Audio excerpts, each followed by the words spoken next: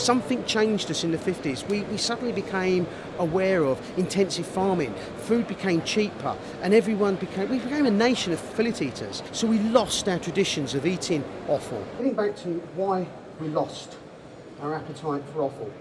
Okay, you can put your hands up. Because it doesn't look very good, maybe? No, we used to eat it. We had a war. Now, not that the war actually stopped us eating it. As far back as the 1930s, we used to embrace offal and other wild animals. We embraced it, but we lost it.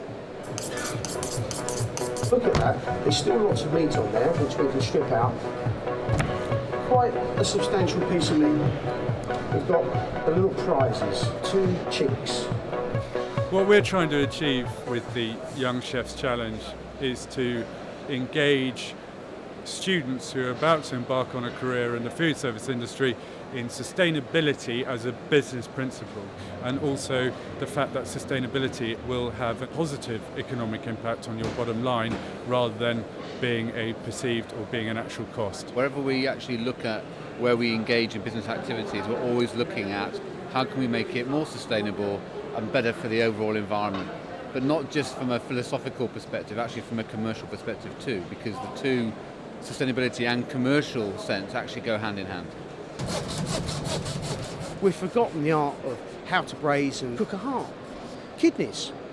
People just don't want to eat them. Their liver, they only have a memory of school when some school canteen cook would murder a piece of pig's liver and serve it with a big yucky horrible sauce and lumpy mashed potato. That's our childhood memories of offal.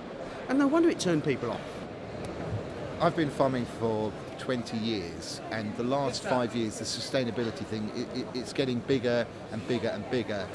As a farmer, it's really stimulating to be doing stuff proactively for the environment and knowing that hopefully we can pass that cost on. So I mean, it's just a win all around. Because there are commercial advantages of being more sustainable, either because you're avoiding costs, or actually you're able to pass that sustainability message on to consumers who value it, and therefore they're prepared to pay more for it. I think the industry can do much more to help young people understand more about sustainability issues. I think that can happen through enabling more work experience so they can see firsthand at how the best people are doing it. I think that we need to showcase best practice through case studies of real life examples of sustainability in practice. And I think that we should showcase those winners of the Food Service Footprint Awards and show how they're doing it so that young people can learn from the best. They're not interested in your labour, just what's on their plate. If they see a plate with pig's meat, they know it's cheap. So we have to lift it slightly. It's the duty now of youngsters to know when they pick up a piece of meat what has happened to it, what journey that piece of meat has taken to the table. So farm to fork, nose to tail, all the buzzwords that are there. Yes, it's always been there, hence the word back to the future, because it was always being done. And then the future is we've got to start to embrace it all again. There we go. Ladies and gentlemen, please put your hands together for the name. So there we go.